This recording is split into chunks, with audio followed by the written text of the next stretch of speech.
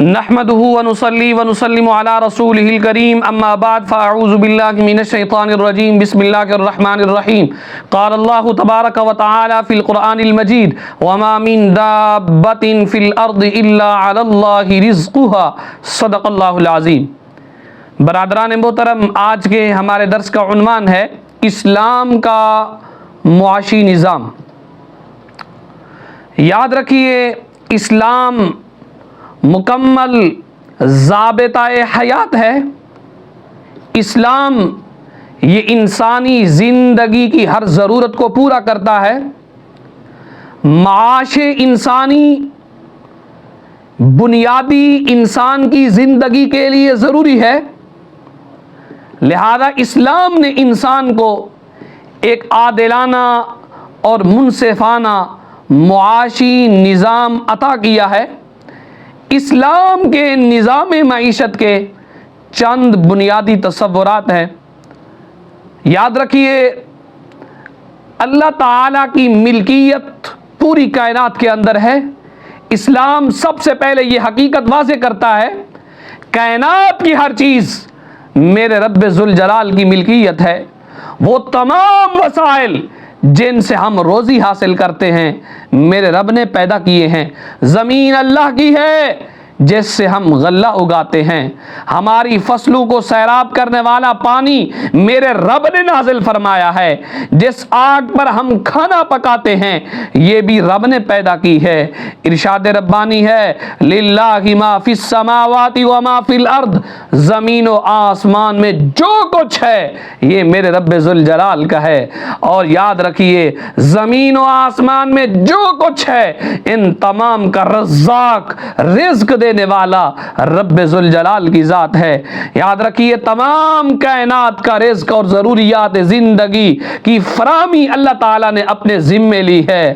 رب نے 12ویں سپارے میں ارشاد فرمایا، وما من دابۃ فی الارض الا علی اللہ رزقها، زمین پر چلنے والی ہر چیز کا رزق خدا کے ذمے ہے۔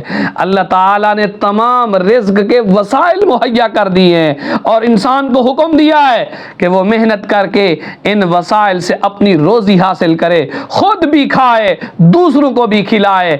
انسان زمین پر اللہ کا نائب ہے۔ جس طرح اللہ تعالیٰ انسان کو رزق عطا کرتا ہے، اسی طرح انسان بھی اپنی حیثیت کے مطابق اپنے زیر کفالت لوگوں اور معاشرے کے محروم طبقات کی پرورش کرتا ہے۔ اسلامی ریاست کے سربراہ کا یہ فرض ہے کہ وہ لوگوں کی ضروریات زندگی کا انتظام کرے۔ حق مساوات اسلام کے معاشی نظام کا یہ ایک اہم نقطہ ہے کہ معیشت کے وسائل پر ہر جاندار کا برابر حق ہے۔ وسائل رب ذوالجلال کسی خاص گروہ کے لیے میرے رب نے پیدا نہیں کیے۔ ہر شخص اپنی صلاحیت، خواہش اور ضرورت کے مطابق پیشہ اختیار کر کے ان وسائل سے فائدہ حاصل کر سکتا ہے۔ ترقی کے مواقع میرے رب نے ہر ایک کے لیے برابر رکھے ہیں۔ ایسا نظام جس میں ترقی کے یکساں مواقع میسر نہ ہوں وہ نظام ظالمانہ نظام ہے۔ اور یہ بھی اسلام کے معاشی نظام کے اندر ہے۔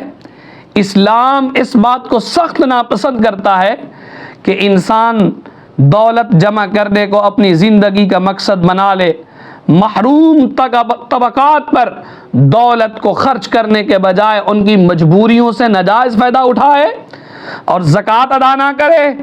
ایسے لوگوں کے لیے سخت عذاب کی بشارت ہے۔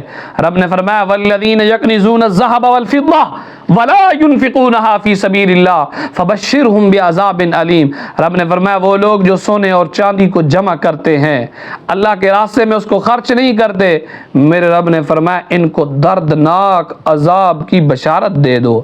اور یہ بھی یاد رکھے، فضول خرچی بھی منع ہے۔ اسلام نے جہاں دولت کے خرچ کرنے کا حکم دیا ہے تو ساتھ ساتھ اس کے اصول اور ضوابط بھی بتائے ہیں۔ مسلمان اس بات کا پابند ہے کہ وہ اپنی حلال کی کمائی جائز اور حلال کاموں پر خرچ کرے، بے جا نہ اڑائے۔ فضول خرچی سے قرآن نے سختی سے منع کیا ہے۔ ارشاد ربانی ہے کلوا واشربوا ولا تسرفوا انہ لا يحب المسرفین، کھاؤ تم اور پیو تم، رب نے فرمایا لیکن فضول خرچی نہ کرو، رب فضول خرچی کرنے والوں کو پسند نہیں فرماتا۔ اسی طرح اسلام مایانہ روی کو حکم دیتا ہے، ہر کام میں اعتدال کو پسند کرتا ہے، خرچ میں بھی مایانہ روی اور اعتدال کی راہ اختیار کرنے کا حکم ہے۔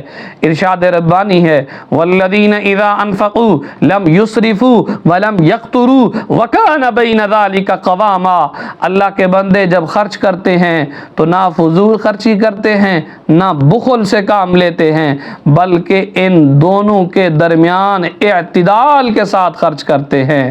اور خود میرے نبی نے فرمایا ما عال من اقتصد، فرمایا جو میانہ روی اختیار کرے وہ کبھی بھی غریب نہیں ہوتا۔ یہ تھا اسلام کا معاشی نظام۔ رب ذوالجلال نے ہر ایک چیز کی حقیقت کو کھول کر رکھ دیا۔ دعا ہے خالق کائنات ہمیں اس پر عمل کی توفیق عطا فرمائے۔